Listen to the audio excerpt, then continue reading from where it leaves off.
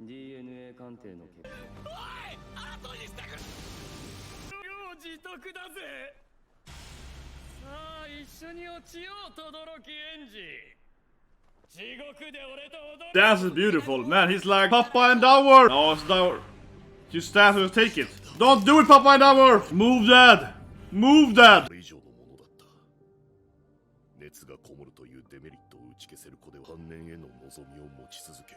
Endeavor's gonna die, man. Endeavor's gonna die. He's gonna take it, man. He's gonna take the damage. He's gonna get killed by his son, man. It's not the defending himself. He's gonna take it. Oh my god. Dude, that's my favorite character. Don't kill Papa Endeavour, man.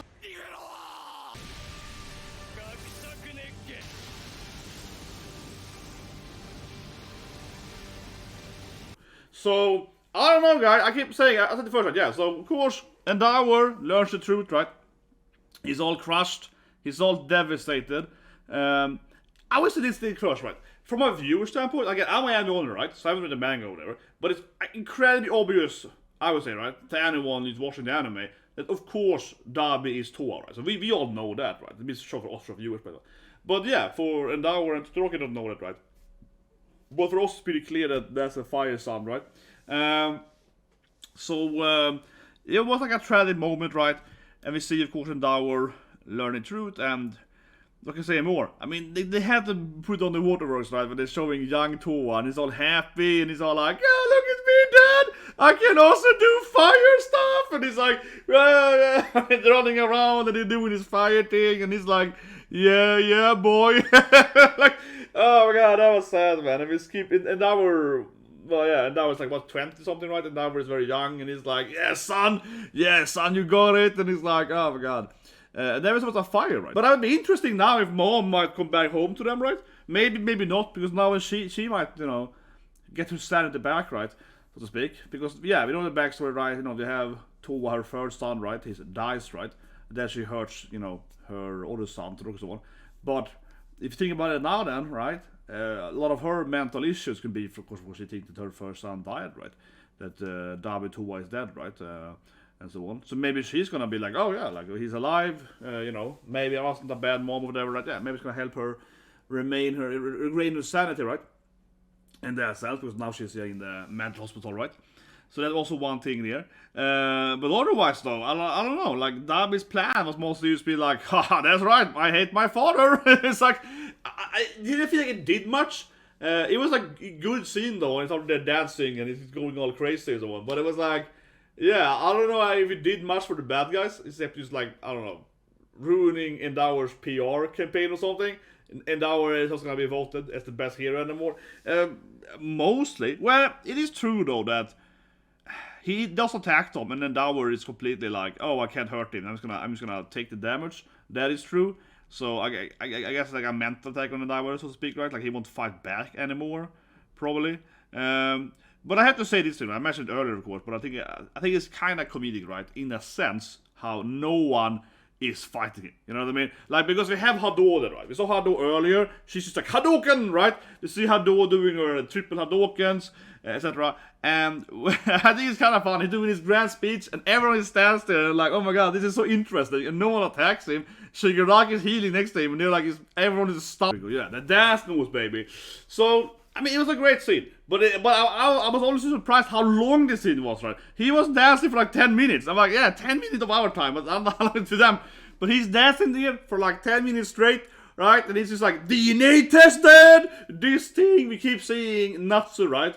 And our biggest fan. And he's just like, oh, no, I don't believe in this, right? And then we see him gradually, like, I guess, losing his, like, belief in Endeavour or something. But I like to see him, I was like, no, I still like Endeavour. Yeah, he tried to do that thing, right? We see, of course, his sister, his brothers, all right. We see the whole family. We keep seeing Mom and so on, and back to Endeavour. But we have to say it again, though. Why isn't Hado and Nancy shooting him? Right? Am I the only one?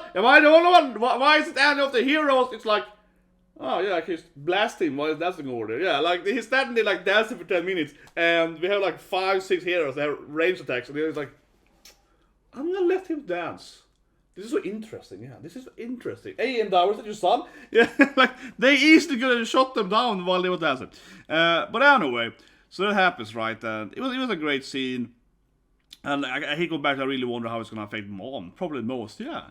And I think Endeavour will refuse to fight him, like, definitely next episode. Being Genie says him. But I wanna say it again though, right? I mean I keep saying it, but I really think that, yeah.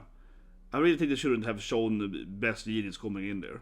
I said that twice, I know, but I really wanna emphasize that point. I think that was just silly. I think it was a big mistake. From an anime standpoint, or like a production standpoint, honestly, yeah. Like, why showing best genius for the last 5 seconds? I know I said it like a few times, but I was like, it honestly shocks me, because that to me was a massive directional issue. Like, if I was a director, I would never have done that, you know. I would have had Dabi, right, flying as Endeavour. It looks like Endeavour's gonna die, right, because it does this thing, and it flies against Endeavour. It looks like Endeavour's gonna die. That should have been where the episode ended, absolutely, right. But instead, he flies, and in the very last second, Best Genius comes in, saves the Endeavour's lives, and then the episode ends. And Best Genius is shown for like, what, 2-3 seconds, right? But it just completely ruins the tension in the scene for us, the viewer, because now I know that Endeavour is fine, right? I still, because yeah, I mean, I'm only, so I wouldn't have known otherwise, right? I would have been like, oh my god, is Endeavour gonna die? So I would have been here next week being like, oh shit, maybe Endeavour will die this episode, right? You know, that would be in my brain, right? Okay, he might die now because Dabi is coming at him. But now I know Endeavour probably won't die, right? Because now he might die anyway, but unlikely, right? Because now this kind of emotional Dabi super attack has been cancelled by Best Genius. So now I'm assuming that Todoroki and Endeavour will be fine, right? So yeah, that was like a massive tension losing, honestly. I don't get why they do that, honestly. It feels weird. Genius would, I mean, you're right, obviously Genius would come in next episode, so it would kinda, you know, it definitely would immediately remove the tension in the first minute next episode. But I mean, you still have the tension from a cliffhanger standpoint, right? Now we don't even have a cliffhanger. Now it's just like, whatever. I mean, I'm just thinking from a general directional standpoint, right? Like, instead of ending on a cliffhanger, we're ending on Genius saving them, which just means that he's there, and that's like next episode. But absolutely, of course, Genius will come in next episode, and then I probably say, "Oh yeah, it's lame. He saves them." But actually, I don't think so, because they still had the first minute of the episode before the opening. We saw Best Genius, right?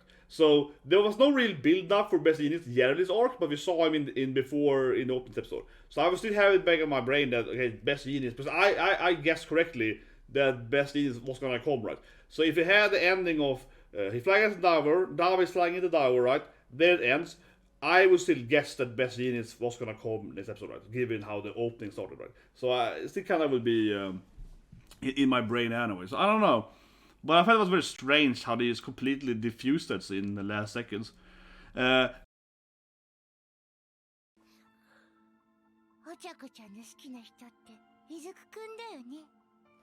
This is weird, but she's like, yeah, let's have into kissing here. And now they have this weird fight instead about a doll or so. Oh, this is weird, this is so weird. I love you more than he ever will. It's like a weird love battle between them. Toga-san, this is a weird love battle. She's like, you hurt my poor Toga, man. I understand. I love you even more than he ever will.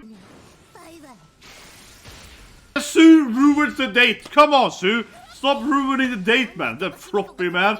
You're jealous on Network. It's weird now though. She grabs it back immediately. It was inside Toa's mouth. Yes! Best girl Hadoro stuff! Finally Hadoro on screen next. She hurt her mama. Come on. That's good. Hadoro. Look at this. Finally Hadoro do stuff. Woo! Best girl B! Come on. This was the best scene, man. Episode. Toga-san. Yeah, Toga comes in there and she's like, this is love, right? And she's like, yeah. Start biting down the plushie, or not plushie, whatever it is. Keyring plushie, right? I guess it's called.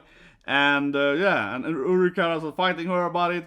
And then after she gets it back, she's like, oh, I got it back. It was so awkward. She takes it back, right? She's like, oh yeah, I got it back. And you're like, you know, inside her mouth, right?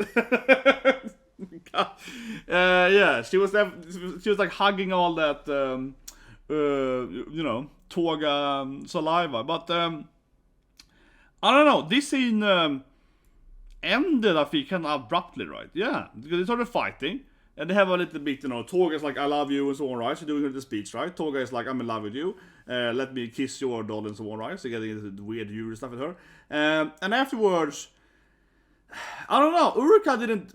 She was kind of using her power as like a tentacle thing instead. Yeah, she kind of lifted a lot of objects and kind of controlling her wires, right? So she kind of like did a kind of tentacle octopus swings at her. It was kind of weird how she would control that, but whatever.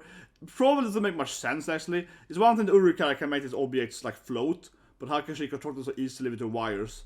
Her support item is kind of undefined how that works. But anyway, so she does that, right? And then Suryu's like jumps in, interrupts their love, and then Toga just leaves. Yeah, honestly, it's disappointing in that. Toga just left. Yeah, like I would have wished that the fight would have gone into a little further, right?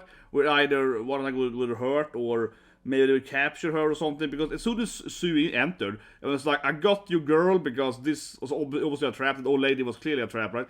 And yeah, as soon as Sui entered, Toga just left immediately. She didn't fight Sue, so I don't know. I felt that was a little weird, honestly. Felt a little bit of a weird cliffhanger how she just ran away from them, and they didn't follow her either. We saw her running on the roofs, and they just stood inside the house. I was confused about it. So yeah, that was a little weird ending. It was very this thing was very etchy, kind of weird etchy thing. So they're licking, yeah, it was so weird, intimate kissing, and then Sue was like, and then she runs away. I was like, okay, that's it. It was a strange ending to it, honestly. I felt, yeah, it was a little anticlimactic, I guess. Yeah, it was anticlimactic how after she tried to eat up her doll, she just left immediately. It was kind of strange, honestly. Kinda. But I guess they're gonna probably follow her afterwards. I would say one thing again though. Why isn't Urakara lifting the house for? Am I the only one? Leave a comment, guys. Yeah, am I the only one? Why isn't you like gravity on the actual ground? Because you touched the ground. I said the last thing too. If I was the Urakara, I would have touched the floor right of the house and made that float. Then I would throw up the whole the house in the air, right? I would drop it down, and that would defeat Toga inside the house, right? Or at least we should have to jump out and take damage, which is fall damage or whatever, right? I don't understand what she's lifting the house for, in the whole house, right? Instead of fighting her inside, it's like a horror. If it feels like, if I had the power, I wouldn't enter the house, right? To be like, yeah, I'm gonna fight the crazy yandere girl inside the house, where she got all these knives and she's like, stab me, and we can have this horror fight. No, I'm gonna just lift the house, drop the house on the ground, and then fight her outside the house, right? In the debris or whatever. Yeah, that's way easier for me, right? So I don't know why she's like, I'm just not gonna lift the house for her. She didn't touch the ground even. I don't know. I think to me it's an obvious way to use the powers. Like you make the thing, yeah, dunk. Use this thing, right? Yeah, dunk, but then she lands, right? Yeah, I don't know. What do you guys think? It's easy. But anyway, subscribe to all right.